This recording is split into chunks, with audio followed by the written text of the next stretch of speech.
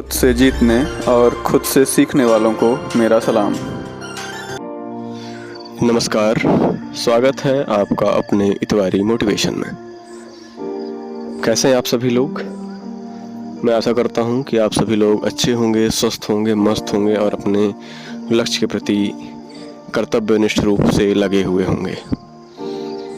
आज मैं ऐसे ही पढ़ रहा था तो मेरे मन में एक ख्याल आया कि ज़रूरी क्या है, खुद के गुणों का प्रचार करना या दूसरों के दुर्गुणों का दुष्प्रचार करना। समझ रहे हैं आप? मतलब कि हम अपनी खूबी बताएं या हम किसी दूसरे के दुर्गुणों को दूसरे के सामने बताएं, ज़रूरी क्या होता है, किससे हमारी कीर्ति बढ़ती है। क्योंकि आजकल लोगों में एक भूख बढ़ चली है खुद को बड़ा बताने के लिए कि मैं बड़ा, वो छोटा, वो ऐसा, मैं ऐसा, है ना, मैं अच्छा, वो बुरा।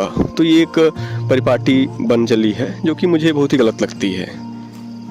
मुझे इन दोनों चीज़ों में दोनों गलत लगती हैं। ना तो खुद की बड़ाई या खुद के गुणों का बखान आपको करना चाहिए और ना ही किसी दूसरे की बुराई करनी चाहिए आपको कि भाई उसमें वो दुर्गुण है।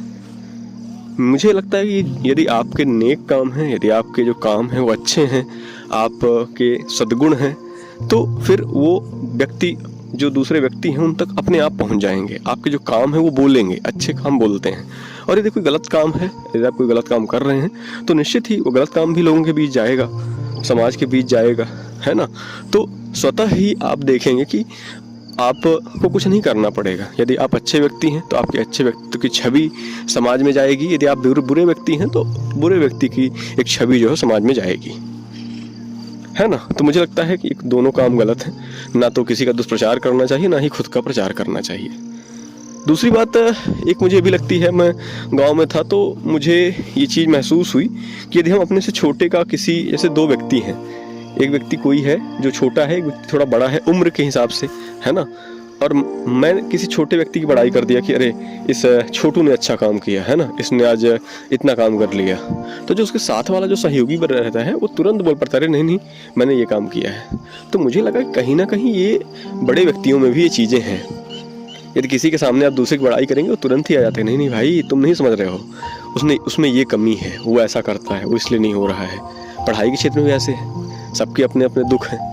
दूसरे की परीक्षा निकल जाती है, कोई सफल हो जाता है तो हम तुरंत आ जाते हैं, अरे किस्मत थी, वैसा था, ये था, पढ़ता नहीं था, वो तो यहाँ घूमता था, टहलता था, मैं तो जानता हूँ अच्छे से, मेरे साथ ही था वो, है ना।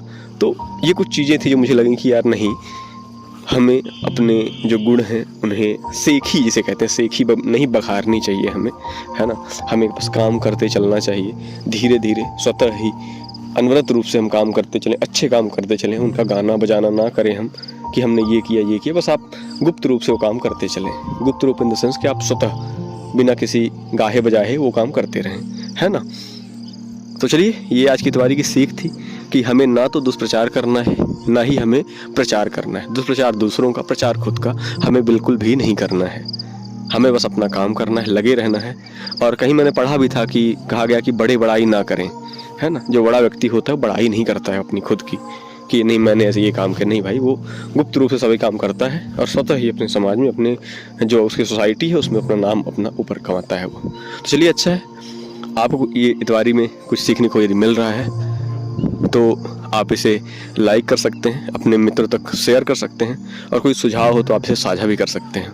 और यदि आपको लगता है कि हमारा प्रयास सराहनीय है, हमें इस दिशा में काम करते रहना चाहिए, तो आप चैनल पर नए हैं तो चैनल को सब्सक्राइब कर लें और कुछ सुझाव हमें कमेंट के माध्यम से ज़रूर बताएं। चलिए, अच्छा है, हंसते रहिए, मुस्कुराते रहिए और कोशिश करते रहिए, क्योंकि कोशिश किए बिना जय जयकार नहीं होती। हम जरूर जीतेंगे।